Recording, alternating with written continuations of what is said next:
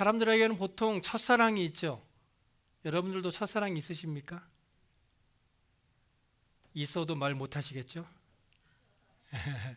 어떤 사람은 아주 어린 시절 짝사랑했던 선생님이 첫사랑이라고 하기도 하고, 혹은 젊은 날 처음 가슴을 뛰게 했던 사람을 첫사랑으로 기억하기도 합니다. 이렇게 첫사랑에 대한 기억이 다른 이유는 각자의 느끼는 사랑이라는 이런 감정이 서로 다르기 때문이죠. 그런데 우리가 흔히 첫사랑이라고 생각하는 그때를 생각해 보면, 그때는 번듯한 직장도 없고, 그래서 주머니에 돈도 별로 없어서 어디 근사한 레스토랑에서 식사를 할 수 없었던 시절이 대부분입니다. 그래서 첫사랑의 기억을 돌아보면 그때는 가진 것은 없어도 마음만은 부유했던 시절이다라고 할 수 있을 것입니다. 아직 사회생활을 제대로 하지 못해 경제적으로는 부족하지만 젊은 나이에 열정은 뜨거워서 상대가 나에게 아무것도 해주지 않아도 그저 만나고 보고 있는 것만으로도 행복했던 시절이 바로 첫사랑의 시절입니다. 그래서 사람들은 그런 첫사랑의 시절을 잊지 못하고 그때를 추억하며, 그래 그때는 가진 것은 없어도 참 행복했지라며 과거를 회상하게 되는 것이지요. 그런데 우리가 기억해야 하는 첫사랑의 기억은 꼭 좋은 것만은 아니겠죠. 어떤 사람에게는 기억하기도 싫은 첫사랑의 추억이 있는 분들도 계실 것입니다. 하지만 그런 삶의 여정들을 다 보내고 나니 이제 와서 돌아보면 그렇게 힘들었던 그 시절도 다 추억이 되더라는 것입니다. 우리가 신앙생활을 하면서도 첫사랑과 같은 때가 있었다고 말합니다. 하나님을 처음 만났을 때 그때의 그 기쁨과 감격은 첫사랑의 기억보다 더 강렬했을 것입니다. 자, 여러분, 이제 첫사랑은 잊어버리고 하나님을 처음 만났을 때를 한번 기억해 봅시다. 어땠습니까? 하나님을 처음 만나 자신의 죄를 모두 회개하고 하나님께서 나를 구원해 주신 그 은혜에 감격하고 감사하면서 그때는 정말 앞뒤 가리지 않고 뭐든 열심히 하지 않았나요? 밤이 늦도록 교회에 모여 기도도 하고, 교회에 물이 새면 밤중이라도 달려와서 교회와 함께 물을 퍼내며 고생을 해도 참 기쁘고 행복했던 기억은 없으십니까? 바자회를 한다고 하루 종일 음식을 만들고 고생을 해도 마음은 즐겁지 않던가요? 우리가 하나님을 만났던 그 첫사랑을 기억해 보면 참 많은 이야기를 할 수 있을 것입니다. 오늘 본문에도 누구보다 하나님을 사랑하고 하나님을 향한 열정이 뜨거웠던 한 교회가 소개되고 있습니다. 그 교회는 바로 에베소 교회입니다. 성경학자들은 에베소 교회가 신약시대에 있었던 교회 중에 가장 웅장하고 아름다운 교회였을 것이다 라고 말하고 있습니다. 이 에베소라는 도시는 그 당시 이집트의 알렉산드리아, 수리아의 안디옥과 더불어 동방에서 가장 크고 중요한 도시였습니다. 아시아의 마지막 항구인 이 에베소는 국제적인 무역항이었으며 항구는 선박으로 꽉 찼고 거리는 각 나라에서 온 사람들로 붐비는 상업의 중심지였습니다. 그래서 온 아시아에서 오는 물건들이 이곳에 모였다가 유럽으로 실려갔으며 또 유럽의 물건들도 이곳으로 모여서 다시 아시아로 팔려 나갔습니다. 사도행전 20장 31절에 그러므로 여러분이 일깨어 내가 3년이나 밤낮 쉬지 않고 눈물로 각 사람을 훈계하던 것을 기억하라 라고 말씀하고 있는데요. 이 에베소 교회는 사도 바울이 제2차 선교 여행 중에 이곳에 3년을 머물면서 세운 교회가 바로 이 에베소 교회입니다. 현재 이 에베소는요, 그 터가 폐허가 되어서 유적지로만 남아 있습니다. 그래서 7교회 중에 가장 많이 발굴이 이루어진 곳이 바로 이 에베소인데요. 발굴된 유적 중에 유명한 것이 원형극장인데요. 이 원형극장에는 24,500개의 좌석이 있다고 합니다. 뿐만 아니라 에베소에는 두란노 서원 자리로 알려진 셀수스 도서관이 있고 화려한 기념 건물과 광장, 대규모의 목욕탕과 수세식 화장실 등이 있었는데요. 이런 유적들을 볼 때 고대에 에베소가 얼마나 번영하던 도시였던가를 잘 보여주고 있습니다. 에베소 유적지 근방에는 현지 이름으로 셀주크라고 불리는 작은 마을이 있고요. 이 마을의 남쪽으로 요한의 무덤터에 지었다는 성 요한 교회의 유적지가 남아 있습니다. 그리고 이 교회 남동쪽에는 그 유명한 아르테미스 여신의 신전이 자리하고 있습니다. 성경에는 아데미 신전 이렇게 되어 있죠. 원래는 신전의 길이가 130m였고요. 높이가 20m의 기둥이 127개나 건물을 바치고 있었지만 지금은 그 화려하고 웅장한 건물의 모습은 전혀 찾을 수 없고 이렇게 기둥 하나만 남아 있다고 합니다. 그리고 에베소라는 이름은 바람직하다 혹은 부러워할 만하다라는 뜻을 가지고 있습니다. 본문 1절을 보실까요? 에베소 교회의 사자에게 편지하라. 오른손에 있는 7뼈를 붙잡고 7 금촛대 사이를 거니시는 이가 이르시되, 여기 7별과 7 금촛대는 7 교회를 의미하고 있는데요. 이 7이라는 숫자는 상징적인 숫자로 완전수를 의미합니다. 그래서 7별과 7 금촛대는 당시 7 교회를 말하는 것이지만 영적인 의미에서는 모든 교회를 의미하고 있습니다.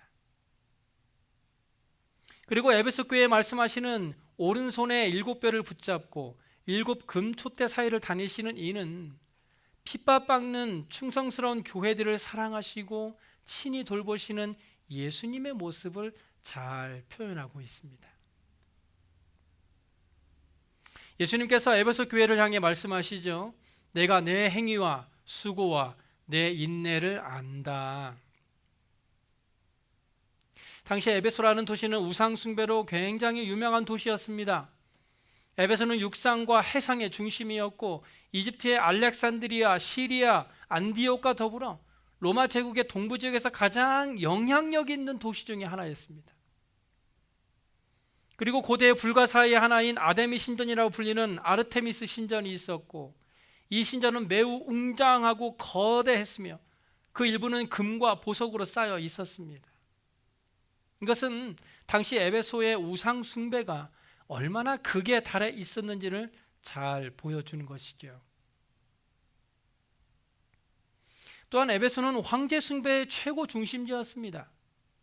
그런데 이곳에 사도 바울이 브릭스길라와 아굴라와 함께 55년경에 이 에베소 교회를 세운 것입니다. 또한 사도 바울이 아들처럼 여긴 디모데가 목회한 곳이기도 합니다. 그런데 이런 에베소 교회는 복음 초기부터 박해와 시련을 겪었습니다. 사도행전 19장에 보면 이 아르테미스 신전에 여신상을 만들어 소득을 올리던 상인들이 바울의 전도로 생계에 위협을 받게 되자 그리스도인들에 대하여 심한 핍박을 하게 됩니다. 그러나 성도들은 거기에 위축되지 않고 여전히 복음을 위한 수고와 인내로 신앙을 지켜 나아갔습니다. 그뿐 아니라 6절의 말씀처럼 니골라당이라는 이단의 무리에도 빠지지 않았습니다. 니골라라는 사람은요, 사도행전 6장 5절에 등장하는데요. 이 니골라 당은 원래 예루살렘 교회 7 집사 중 한 사람인 안디옥 사람 니골라를 중심으로 율법이 필요 없다라고 말하는 무율법주의자였는데요. 에베소 교인들은 이런 이단을 단호히 거부했고 교리적으로도 바로 섰다라는 것입니다. 이처럼 에베소 교회는요, 신앙적으로도 또 교리적으로도 부족함이 없었고 진리에 바로 서 있던 교회였습니다. 그래서 예수님께서 본문 2절과 3절에 그런 에베소 교회를 칭찬하는 거 아닙니까? 내가 내 행위와 수고와 내 인내를 알고 또 악한 자들을 용납하지 아니한 것과 자칭 사도라 하되 아닌 자들을 시험하여 그의 거짓된 것을 내가 드러낸 것과 또 내가 참고 내 이름을 위하여 견디고 게으르지 아니한 것을 아노라. 오늘날 에베소 교회 같은 교회는 너무 많습니다. 많은 교회 성도들이 자신의 교회를 위해 수고를 아끼지 않습니다. 또한 이단을 대적하고 진리를 지키기 위해 싸워 나아갑니다. 그리고 주를 위해서라면 자기가 손해보는 것도 참고 견디고 게으르지 않고 성실하게 충성을 다합니다. 어떻습니까? 얘기만 들어도 참 좋은 교회 아닙니까? 누구라도 그 교회에 다니고 싶지 않겠어요? 바로 에베소 교회가 그랬습니다. 그런데 사람이 보기에 완벽해 보였던 에베소 교회를 예수님은 이렇게 말씀하시죠. 그러나 너를 책망할 것이 있나니 너의 처음 사랑을 버렸느니라. 요한이 에베소 교회에게 이 편지를 쓸 당시에는요, 이 사도 시대는 이미 지나갔고 이제 그의 자녀들, 즉 2세들이 교회를 물려받을 때입니다. 예수님이 승천하신 후에 그의 제자들의 복음을 듣고 처음 신앙생활을 시작할 때에는 있었던 것이 이제 시간이 지나면서 그때의 것들이 사라지고 말았다는 것입니다. 예수님이 세상에 계실 때 많은 무리들이 예수님을 따랐습니다. 왜냐하면 예수님이 가시는 곳에는 많은 기적들이 일어났기 때문이죠. 무리들은 밥도 안 먹고 따라다녔습니다. 그들이 배가 고프다 하면 먹을 것을 주었고 그들이 아프다고 하면 병을 치료해 주었으며 심지어 죽은 자도 살린다니 예수님만 따라다니면 모든 것이 해결된다라고 믿었기 때문이죠. 하지만 예수님으로부터 그런 세상적인 것들이 없어졌을 때는 따라다니던 무리들 뿐만 아니라 제자들까지도 예수님의 곁을 다 떠나버리고 만 거 아닙니까? 결국 그들이 예수님을 따라다녔던 이유는 그들의 세상적인 욕망을 채우기 위해서였다는 것입니다.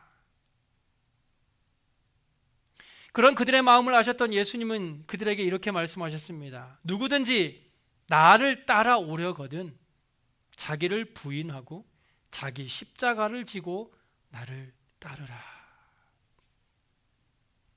자기를 부인하는 것이 뭡니까?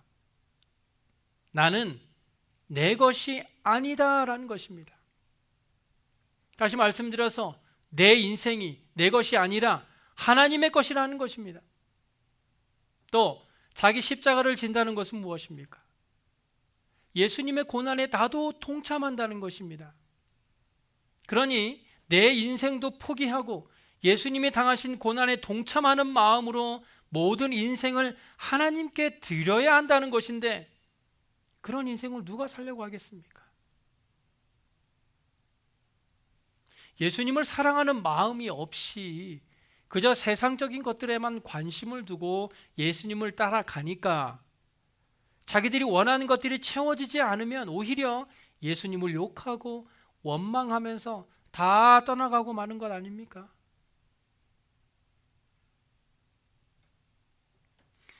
물론 사람의 사랑에는 한계가 있어서 시간이 지나면 저절로 그 사랑이 식어지게 됩니다. 그런데 눈에 보이지도 않는 예수님에 대한 사랑은 말할 필요도 없겠죠. 많은 성도들이 처음 예수님께 입은 은혜를 입었을 때에는 마치 자기의 목숨까지 바쳐서 예수님을 따라가겠다고 나섭니다. 하지만 인생의 고난과 어려운 문제들을 만나게 되면서 현실의 문제에 부딪히다 보면 그런 열정과 사랑이 어느덧 식어버리고 마는 것이죠. 그래서 본문 5절에 그러므로 어디서 떨어지는지를 생각하고 회개하여 처음 행위를 가지라고 권면하고 있는 것입니다. 우리도 지금 그 자리에서 내가 서 있는 위치를 한번 돌아보시기 바랍니다. 예수님을 처음 믿어 뜨겁고 열심히 가득했던 첫사랑의 감격이 아직 남아 있는지, 몸은 힘들어도 마음만은 기쁘고 행복했던 그 시절 그 열정이 아직 꺼지지 않았는지, 만약 우리의 신앙생활에서 그 첫사랑의 열정이 사라졌다면 왜 그렇게 되었는지, 언제부터 그렇게 되었는지를 돌아보아야 합니다. 본문에서 예수님은 회개하라고 말씀하십니다. 예수님은 왜 회개하라고 말씀하셨을까요? 처음 행위를 벌인 것이 회개할 문제인가요? 여기 처음이라는 말의 헬라어 성경을 찾아보니까요, 프로토스라는 말로 그 뜻이 으뜸되는, 가장 중요한 이라는 의미를 담고 있는 단어예요. 그러니까 처음 행위를 벌였다라는 것은 가장 중요한 행위를 벌였다는 것입니다. 그리스도인에게 가장 중요한 행위는 무엇입니까? 마태복음 22장에 보면 한 율법사가 예수님에게 질문을 합니다. 율법사라는 것은 하나님의 말씀을 가장 잘 알고 가르치는 사람이죠. 그 사람이 예수님에게 질문하기를, 선생님, 율법 중에서 어느 계명이 제일 큽니까? 율법이라면 누구보다도 잘 아는 사람이 예수님에게 율법 중에 가장 큰 것이 뭐냐고 묻고 있는 이유는 예수님을 시험하려고 물은 것이죠. 그런데 그의 질문에 예수님이 이렇게 말씀하시죠. 내 마음을 다하고 목숨을 다하고 뜻을 다하여 주 너희 하나님을 사랑하라. 이것이 크고 첫째 되는 계명이다. 신구약 성경을 통틀어서 가장 중요한 계명은 마음을 다하고 목숨을 다하고 뜻을 다하여 하나님을 사랑하는 것입니다. 오늘 본문에서 하나님께서 에베소 교회를 통해서 처음 행위를 가지라라고 말씀하고 있는 것은요, 너희들이 처음에는 하나님 한 분만으로 다 된다고 고백하고 그렇게 열심히 하나님의 일을 하더니 세상 일이 바쁘다는 핑계로 이제는 제일 중요한 것을 잃어버렸구나라는 것입니다. 하나님을 사랑하지 않고 다른 것을 사랑하는 것은 간음하는 것입니다. 호세아는요, 이스라엘과 하나님과의 관계를 부부관계로 묘사하고 있습니다. 그래서 이스라엘이 하나님을 버리고 다른 우상을 섬기는 것을 간음이라고 표현했어요. 본문에서 처음 사랑을 버렸다라고 책망하신 예수님께서 회개하라고 하신 이유가 바로 그것입니다. 우리가 예수 그리스도를 믿는다는 것은 예수님의 신부가 되었다는 것입니다. 그러므로 우리는 예수님만을 사랑해야 합니다. 그런데 우리는 예수님을 사랑하기보다는 다른 것들을 더 사랑하니 그것이 우리에게 간음죄가 되고 만 것입니다. 많은 그리스도인들이 영적인 간음죄를 범하고도 그것이 죄인 줄을 모르기 때문에 회개하지 못합니다. 에베소 교인들이 바로 그랬어요. 그들은 주의 일을 위해서 인내하면서 수고하고 악한 자들을 용납하지 않고 참고 견디고 게으르지만 않으면 잘하는 줄로 알았습니다. 하지만 그들은 하나님을 사랑하지 않고 다른 것들을 사랑하는 간음죄를 짓고 있었던 것입니다. 그런 그들을 향하여 예수님은 회개하라고 말씀하고 계시는 것입니다. 우리는 안일한 신앙생활에서 벗어나야 합니다.